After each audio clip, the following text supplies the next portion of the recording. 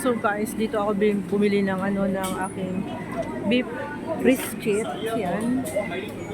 Nakabili ako ng dalawang pack na beef brisket.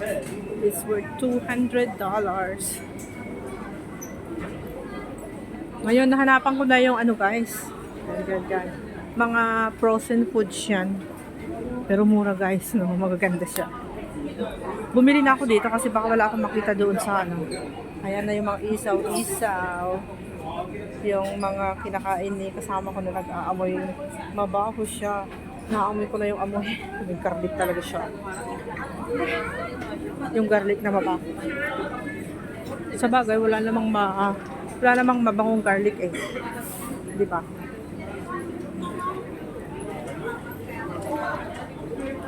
So, pauwi na ako guys. Bumili lang ako talaga ng ganun. Tsaka nagpadala lang talaga ako sa... saan ako pupunta?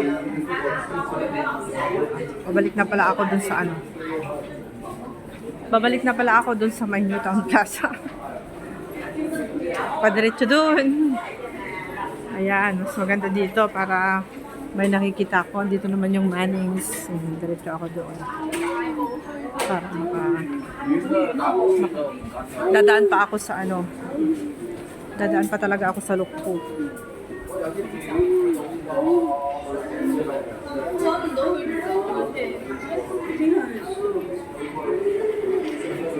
Nakabili ako ng beef brisket tsaka minced beef doon sa shop na lahat ay mga frozen. Ngayon, ang bibiling ko na lang doon sa Lukpo Market. Bili ako ng fresh na chicken. Chicken tights yung bibilihin ko na boneless, guys. Kasi gagawin ko char siu, barbecue chicken. Imamarinate ko siya. And then, sa Friday, ay may lasa na siya.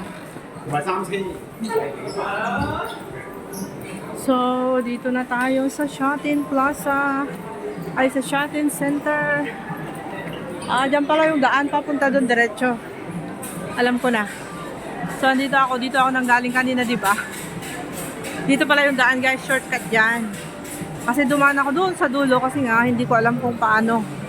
So, doon talaga yung alam ko, yung pinakadulo doon ako dadaan. Tapos iikot ako kasi nakikita ko yung Shatin Plaza. Ganun. Para hindi ako magkamali. Kasi pag nagkamali ako, mahirapan akong paikot-ikot dito kasi napakaluwang nung mall na to. Tapos pag ako'y nawala, edi sayang yung oras ko, di ba? Kaya pumunta talaga ako doon sa way na alam ko. Tapos nung pauwi na ako, ayan, bagong way naman. Kaya alam ko na. Ngayon. Okay, so nadaanan ko to kanina, guys. Ngayon, madadaanan ko ulit kasi pauwi na ako. Pauwi na ang lola nyo. Nakakatuwa lang yung mga bata dito. Ayan sila, nag-assemble sila. Mga numbers. Ganda lang kulay ng Lego. Puro red. Red, orange, yellow. Very colorful talaga yung kulay, kaya nakaka-attract, no? Huwag naman yung patay na kulay, kasi yung patay na kulay, hindi yung nakaka-attract. Nakakaiyak. Pero pag yung ganitong bright color, ang nakikita mo is maganda sa mata. Nakaka-inspire, di ba? Kaysa naman yung mga puro patay na kulay, nas pa nakakalungkot yun. Kulang na lang, iiyak ka na lang. Nakaganda, buhay na buhay. Buhay na buhay talaga pag mga bright colors yung nakikita sa paligid. Huwag lang yung sad colors kasi ayaw ko yung mga sad colors, yung mga boring na kulay. Parang ganoon din yung buhay ng tao pag yung hindi makulay. Sabay ka nun, no? Kaya dapat yung makulay na kulay ang pipiliin natin para maging makulay ang ating buhay, di ba guys? Okay, so syempre ako ay babalik na sa aking pinanggalingan. Sasakay ulit ako ng MDR papunta sa Kolontong Station and then mag-i-interchange ako. Diretso ako doon sa market sa Lukpo. Okay. Ayan, hindi na ako magmi-minibus muna kasi nga diretso ako doon sa Lukpo. Mag-i-interchange ako. Ngayon is babalik na ako. Babalik na ako. Mag-top up kaya ako dito sa 7-Eleven ng 100 na para sa octopus ko. Saan na ba yung 7-Eleven? I don't. Sa kabila. Tignan natin mo yung cakes nila. Cakes.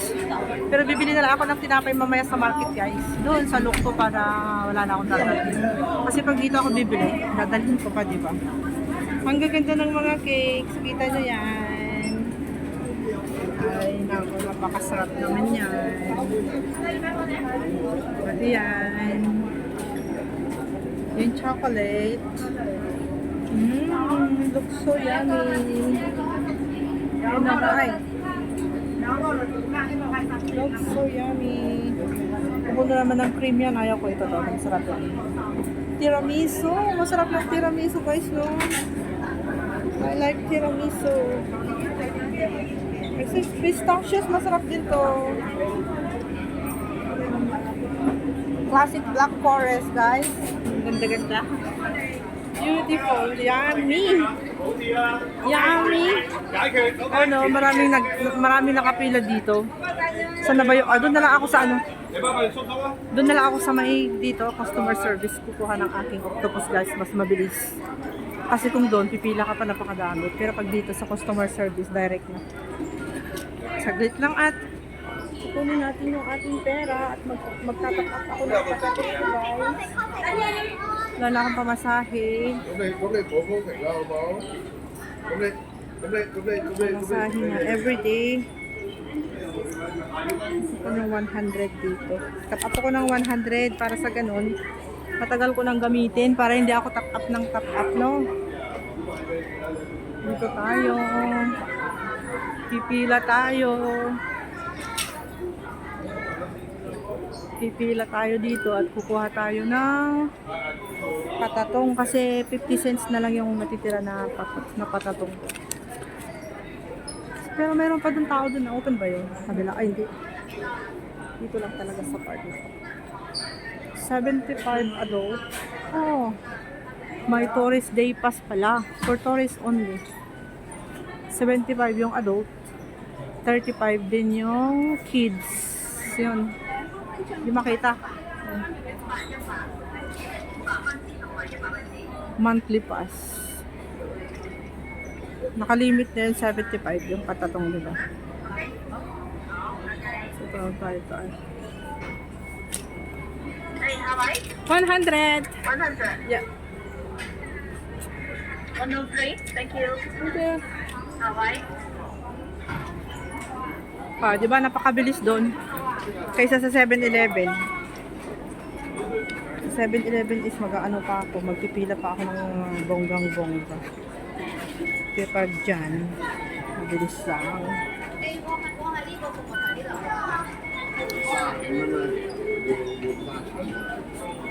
Okay.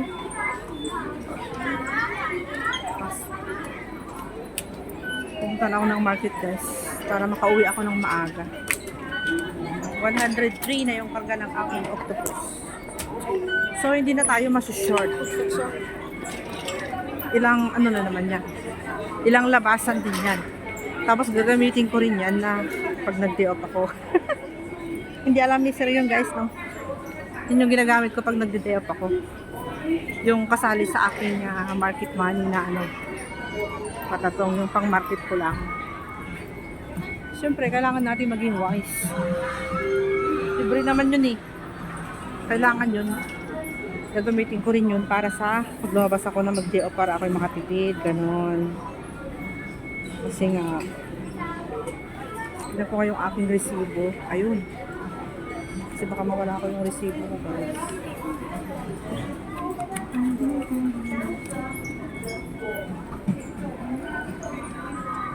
Alright, so magpapaalam na ako, guys, kasi magta-travel ako papunta sa Lukpo and tatagalan yung aking video. Tsaka ayoko mag-video doon sa loob ng ng train ngayon kasi nga baka makita yung mga pagmumukha ng mga tao, makita nila is kasuhan nila ako na nag-video ng pinapakita ko yung mga mukha nila doon sa loob ng MTR, di ba? Obvious na obvious kasi pag sa loob ng MTR dikit-dikit yung mga tao. So, ang pangit naman mag-video doon kung dikit-dikit sila, no? Kaya, kailangan tapusin ko na yung video ko dito bago ako makasakay ng MTR, gano'n. Kasi yung pag long form video yung kinukuha ko guys, hindi nakikita yung mga mukha ng mga tao. Nakakatakot. So tapusin ko lang to 10 minutes. 10 minutes na. Load muna kayo ng TV ha. Habang tinatapos ko yung aking video. Diba?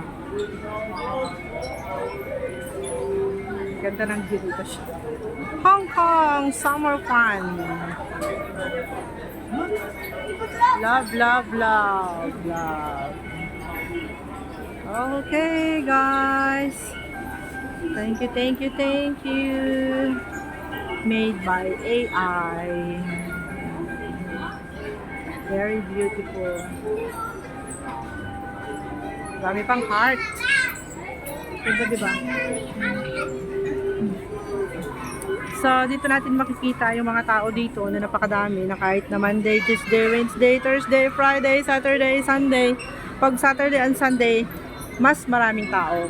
Tsaka public holiday, mas maraming tao. Kasi ngayon is ordinary day, is Monday to Wednesday, is Wednesday lang ngayon. Tignan nyo naman yung tao guys, parang Sunday lang Sabi ko sa inyo, maraming tao dito sa Newtown Plaza na to. Kumikita talaga yung Newtown Plaza na to. Hindi nawawalan ng tao. Ayan, kita nyo yan. Kasi kung tao lang yung makikita nyo dito sa sa mall na to, Newtown Plaza, dito sa Shatin, ay napakadaming tao. Siksikan yung tao dito guys. Lalo sa pinakaloob-loob niya, di ba nakita nyo kanina, dun sa may Lego, pinag-aanuhan ng mga tao, ng mga bata. Pinagpipiestahan ng mga bata yung Lego doon kasi nga ano ba yung tawag kung ano ba yung gusto kong mangyari? Ay sabihin, libre na na mag-assemble sila, ganun. Marami silang i-assemble lang doon, nakalatag lang yung napakadaming Lego doon. Tapos allowed yung mga bata, adult, children na mag-assemble ng kanilang Lego kung anong gusto nilang i-assemble. Halimbawa, marami. Napakaganda. Kaya kanina is pinagpipiestahan ng mga tao, pati yung mga matatanda din. Kaso nga lang, standing position sila, hindi sila nakaupo. Nakakangawit kaya yun. Pero malawak. Pabilog siya, tapos meron din siyang parang table sa gilid. Pwede silang mag-assemble kung anong gusto nilang toys, ganyan, robot, yung mga ganyan, cars, house, building, ganon, diba? Yun lang yung ichichika ko ngayon guys. So tapos na ako dun sa aking transaction dito sa Shatin, nakarimit na ako dun sa Pacific Ace, sa over the counter. Doon ako nag-remit. Ang taas ng palitan ngayon. Ang $1 Hong Kong is 7.85. Woohoo! Galing, di ba? 7.85 yung $1, Hong Kong dollar. Sa peso is 7 pesos and 85 centavos ang isang dolyar ng Hong Kong ngayon. Di ba? The best. Pinakamataas na ngayon ito guys, alam nyo ba? Kasi dati nung bago lang ako dito sa sa Shatin, ay dito sa Hong Kong. Lang, $7 lang yung pinakamataas na palit noon, pero ngayon naabot na ng 7.85 ang isang Hong Kong dollar. O, diba? Ganda-ganda. Kaya okay lang yung aking pinadala ngayon na pabili ng aming motor. Ayan, motor na pang service sa bukid guys. with kulong-kulong 'yon. Palagyan namin ng kulong-kulong para sa ganun kung may mga ilalagay kang mga halimbawa mga fertilizer, mga ganyan, mga ano ba tawag doon? Sprayer, yung gamit sa bukid, okay lang 'yon. Kasi yung tricycle namin mahirapan siya Kawawa naman yung tricycle namin. Palagi ilalagay sa bukid yun, hindi pang bukid. Kaya kailangan namin bumili ng another motor para palagyan namin ng kulong-kulong para yun yung para sa farm stuff, ganon. Yung gamit sa bukid guys, yun para doon. Tapos pagkain ng baboy, yun. Di ba? Okay guys, so thank you so much. Natapos ko na naman yung isang transaction ko ngayong araw na to. Ayan, so ngayon is papunta na ako ng palengke doon sa Lukpo naman. para sa aking pa-dinner sa Friday night. So, hanggang dito na lang yung aking video, guys. Thank you so much. Maraming salamat sa mga nanood sa aking chika. Ang aking chika babe. Thank you very much. Ingat po kayong lahat dyan, guys. God bless. Bye. Love you all. Mwah, mwah, mwah, mwah. Na.